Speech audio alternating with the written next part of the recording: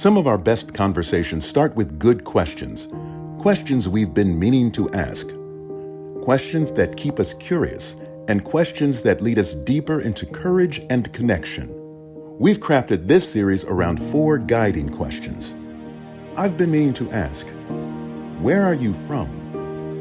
Where does it hurt? What do you need? Where do we go from here? These questions aren't surface level. They invite us to tell our stories, share our pain, care for one another, and dream about a new way forward together. Join Sycamore Creek for this 5-week series on Sundays in October and join a small group this fall to explore these questions deeper.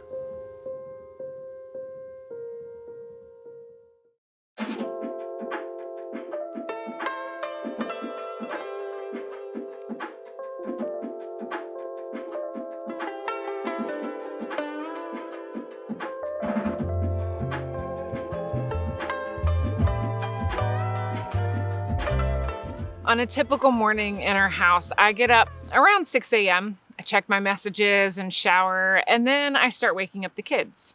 I knock on the boys' door and poke my head in their room. Good morning, it's time to wake up.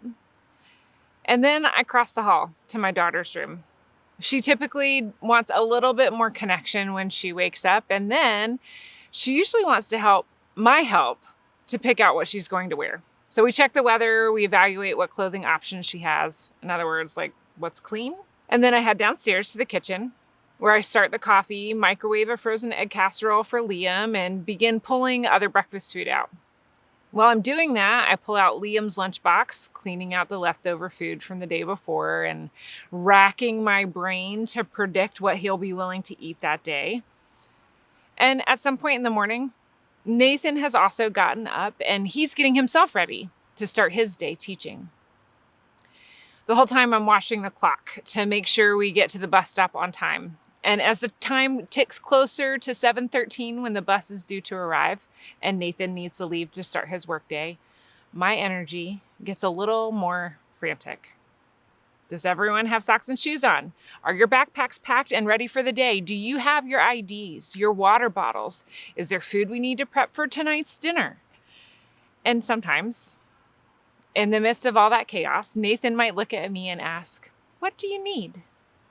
Now, depending on how I'm doing, I might respond in one of a few ways. If I'm not my best self, I might snap at him. I need the kids to get ready, obviously. If I'm in a good mental space, I might say, I could really use some help getting dinner prepped for tonight. Or if I wanted to be ambitious, I might respond that what I really need is a vacation. I need a book and a beach and a warm breeze. Other times, this question might prompt a sort of existential reflection. I need to know that what I'm doing matters. I need to know that I'm not actually the worst parent in the whole wide world. We're in week 3 of our series, I've been meaning to ask. We know that some of the best conversations start with good questions, and so we've built this series around 4 questions, and we're answering them together, exploring them in our worship services, and we're also going deeper with them in our small groups. Across all 3 of our campuses, we're encouraging small groups to use this discussion guide to go deeper. These questions invite us to tell our stories, share our pain, to care for one another, and to dream about a new way forward. And we started with the question, where are you from? And then we went on to, where does it hurt? And now we're talking about, what do you need? Next week, we'll discuss where we go from here. So, like I said, this morning we're discussing the question, what do you need? And much of this content for this series and for this discussion guide that we're using in small groups, it was developed by Sanctified Art. And today we're leaning on the reflections of Reverend Remington Johnson, whose video you might watch in your small groups. As a chaplain, she might have any range of answers to that question at any given time. And although this question is especially relevant when we're going through a season of suffering and pain, it can be relevant to all of us, no matter what season we find ourselves in. When we're going through something difficult, and a person asks us, "What do you need?" it hits different. The question hits us differently. Sometimes the need is within reach, a meal delivered or activities to keep the kids occupied. It's practical and attainable. Other times the need is unattainable. It's simply impossible. I need my loved one to be healed. I need my loved one who died many years ago to be here with me. I need to know that this person will be okay. I need answers. And as a chaplain, Reverend Johnson says, sometimes all I can do is witness the fact that you have this need. And I can hear it, I can hold it, and be another person who knows that you have that need. And yes, we all want to solve all the things, but sometimes we just can't do that. But it can't stop us from stepping in with intention and faith to lean in and to connect with one another and to ask, what do you need? It's holy and sometimes quite heavy to hold space for a person who has unmeetable needs. And it can be heavy and overwhelming to be a person who has unmeetable needs. When I think about someone asking me what I need, well, I already told you. My response is in large part, it depends on how I'm doing in that moment. Sometimes I might feel frustrated because it seems so obvious to me. Sometimes I might be relieved, like someone finally noticed that I'm struggling. If I'm in crisis and my needs are unmeetable, I might freeze, unsure of how to respond. And sometimes, depending on who's asking or what's going on, it might feel a little intrusive. I'm curious about you. Let's pause for a moment and discuss. When you imagine someone asking you what you need, what do you think or feel about that? How does it strike you? Take a minute and talk about it.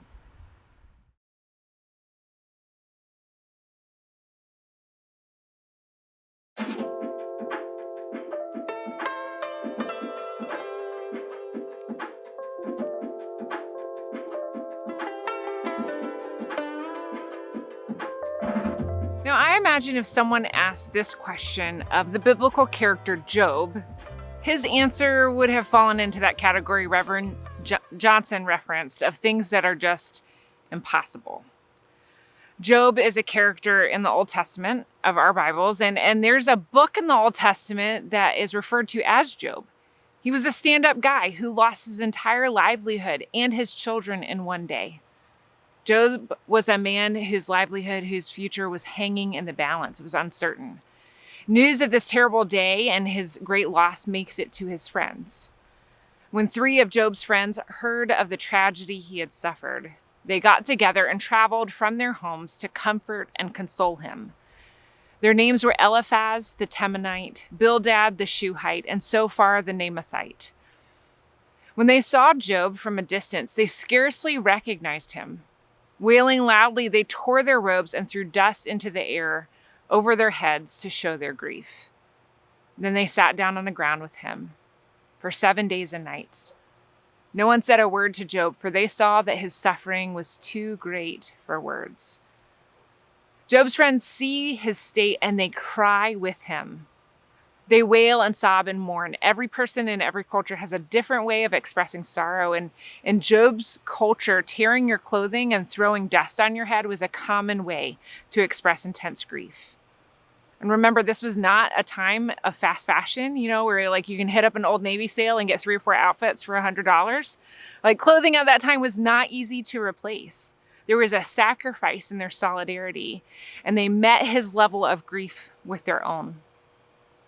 Brené Brown has described empathy by saying it's like seeing someone who's stuck at the bottom of a dark hole and descending the pit to sit with them. Empathy involves perspective taking, believing the person's experience and connecting with them. And empathy is vulnerable.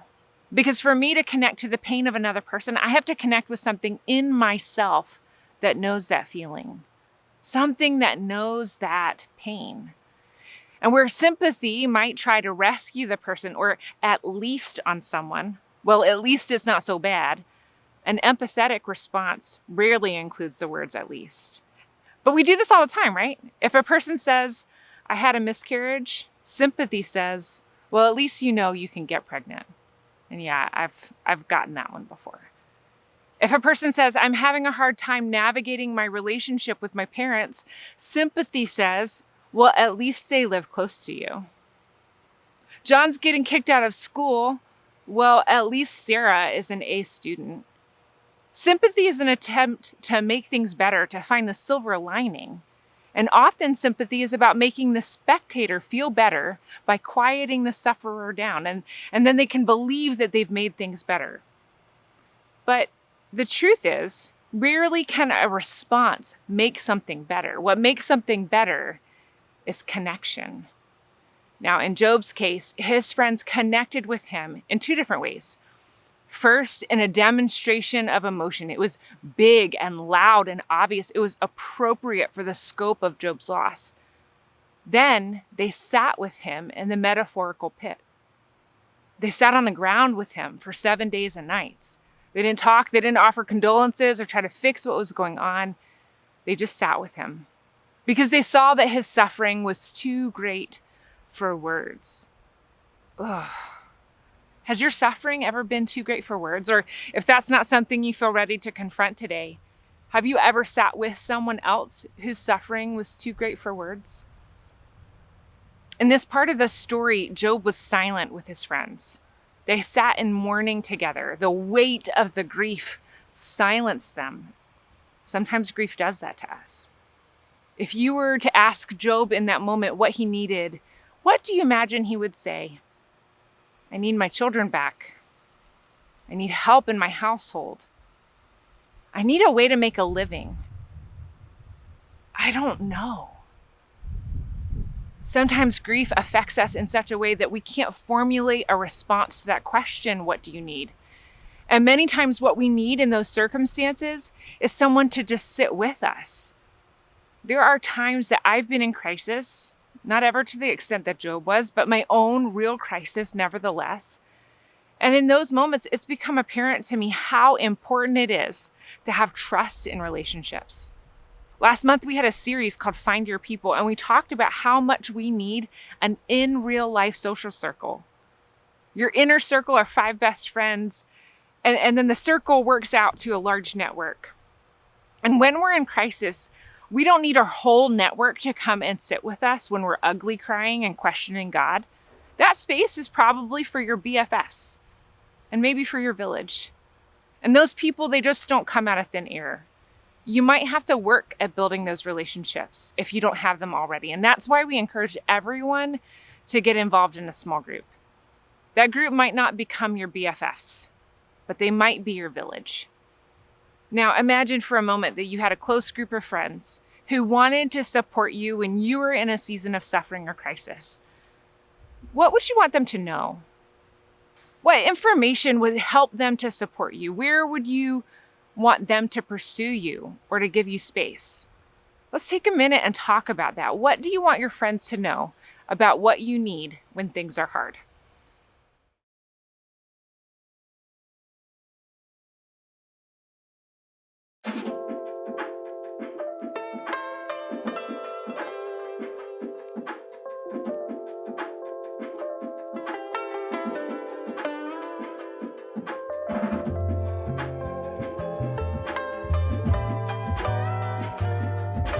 Sometimes we just need people to sit with us in our grief. But sometimes we can put into words the things that we need. Sometimes we have an answer to that question. What do you need? Job was our case study from the Old Testament, and we can use the Apostle Paul as a case study from the New Testament. In his letter to his protege Timothy, he concludes the letter. It's like after he shares his wisdom and advice, he concludes with a series of personal requests and greetings. Timothy, please come as soon as you can. Demas has deserted me because he loves the things of this world and has gone to Thessalonica. Crescens has gone to Galatia and Titus has gone to Dalmatia. Only Luke is with me. Bring Mark with you when you come, for he will be helpful to me in my ministry. I sent Tychicus to Ephesus. When you come, be sure to bring the coat I left with Carpus at Troas. Also bring my books, and especially my papers. You can almost hear the desperation in his voice. This is a man who has experienced sorrow, asking for his friend to come and be with him as soon as he can. And by the way, bring my books and my papers, which I can't blame him, to be honest. Like, same. But a modern equivalent might be like, bring me an extra phone charger here. But beaten and imprisoned, Paul is writing to Timothy with the simple request, come quickly. He lists those who abandon him, and a few sentences later, he actually says, I hope that God doesn't hold it against them. In his greatest moment of need, Paul doesn't need revenge, but instead he asks for companionship.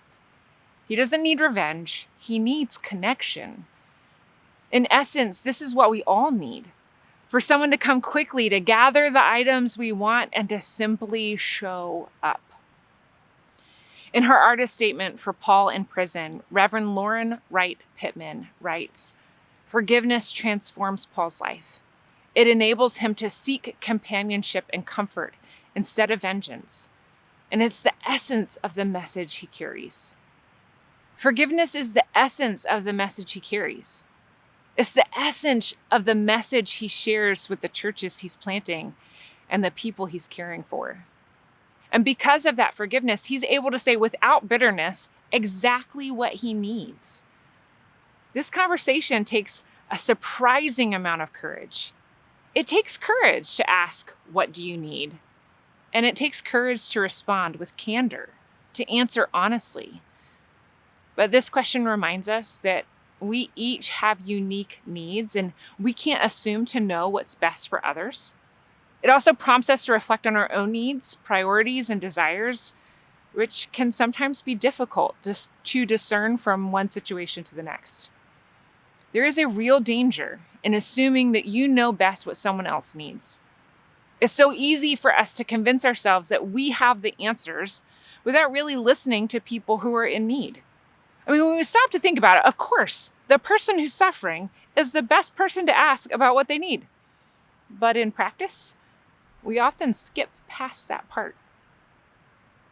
And what can happen when we skip past that part is that we sometimes wind up doing things that actually serve us instead of serving the person that we're intending to care for. In one of Dr. Martin Luther King Jr.'s sermons, he speaks as if he's reading a letter from the Apostle Paul to America. There's a section that reminds me of a part in Paul's letter to the Corinthians where Paul says, if I could speak all the languages of earth and of angels, but didn't love others, I would be only a noisy gong or a clanging cymbal. If I had the gift of prophecy, and if I understood all of God's secret plans and possessed all knowledge, and if I had such faith that I could move mountains, but didn't love others, I'd be nothing. If I gave everything I have to the poor and even sacrificed my body, I could boast about it, but if I didn't love others, I would have gained nothing. So here's what Dr. King writes. And remember, this is a letter that he imagines Paul writing to the church in America. But even more Americans, you may give your goods to feed the poor. You may give great gifts to charity. You may tower high in philanthropy. But if you have not love, it means nothing. You may even give your body to be burned and die the death of a martyr. Your spilt blood may be a symbol of honor for generations yet unborn. And thousands may praise you as history's supreme hero, but even so, if you have not love, your blood was spilt in vain. You must come to see that it is possible for a person to be self-centered in their self-denial and self-righteousness in their self-sacrifice. They may be generous in order to feed their ego and pious in order to feed their pride. People have the tragic capacity to relegate a heightening virtue to a tragic vice. Without love, benevolence becomes egotism and martyrdom becomes spiritual pride. The question, what do you need, decenters the one offering aid so that the one hurting has autonomy. They have autonomy to decide what they need, to decide how vulnerable they're going to be, to decide the scope of their needs. So let's pause for another chat question. Reflect on this line from Martin Luther King Jr.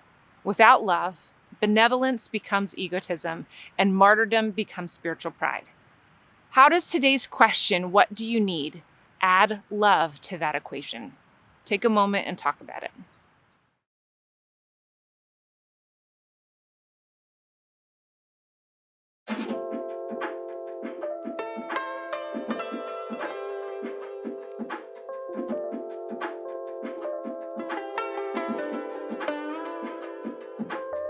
There is so much potential here for good things to come from this question. Here are some other questions that you could ask each other or even just reflect on your own. What do you need to feel seen and heard? What do you need to feel whole?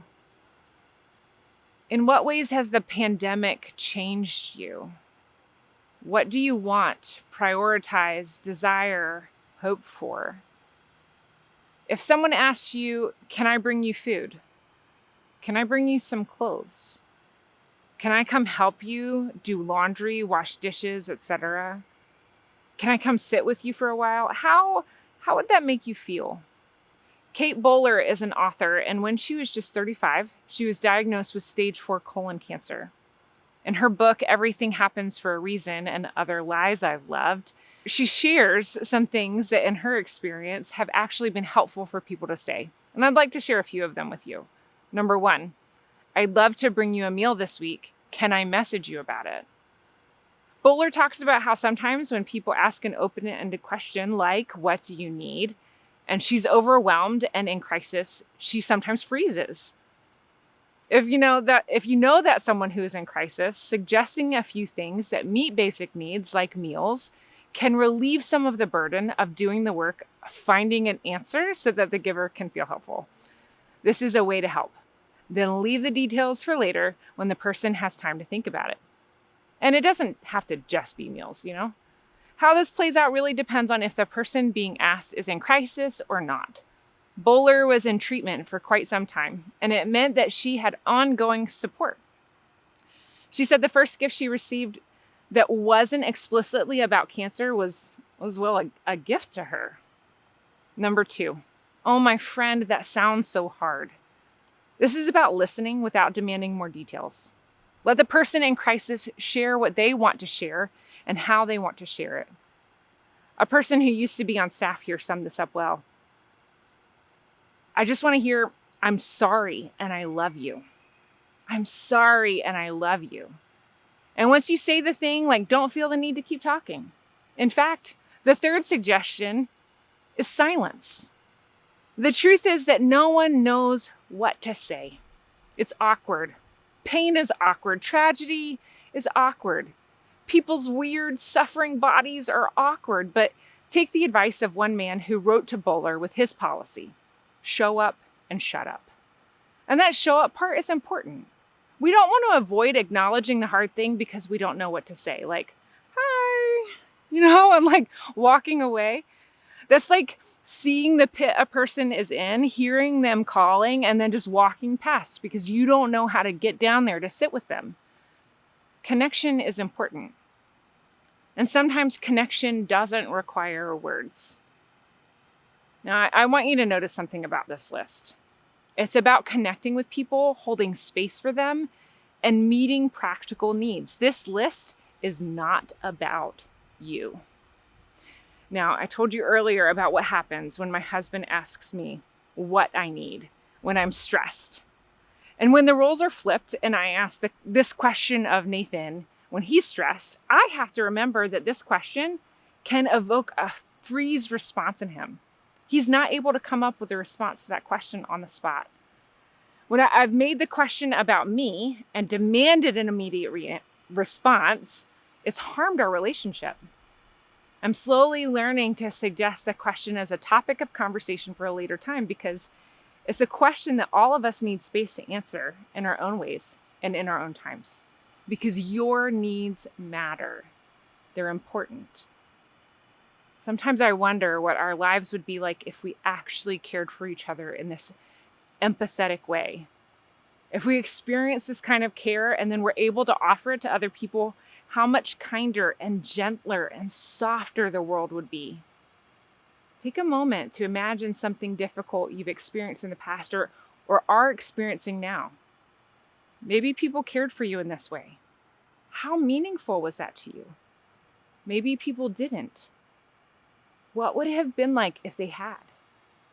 And knowing how much it did mean or would have meant for people to pause, for people to connect with you and your pain, can you make it your best effort to do the same for others? To those who are closest to you, can you make space for pain? Connect with people and ask, truly listening, what do you need?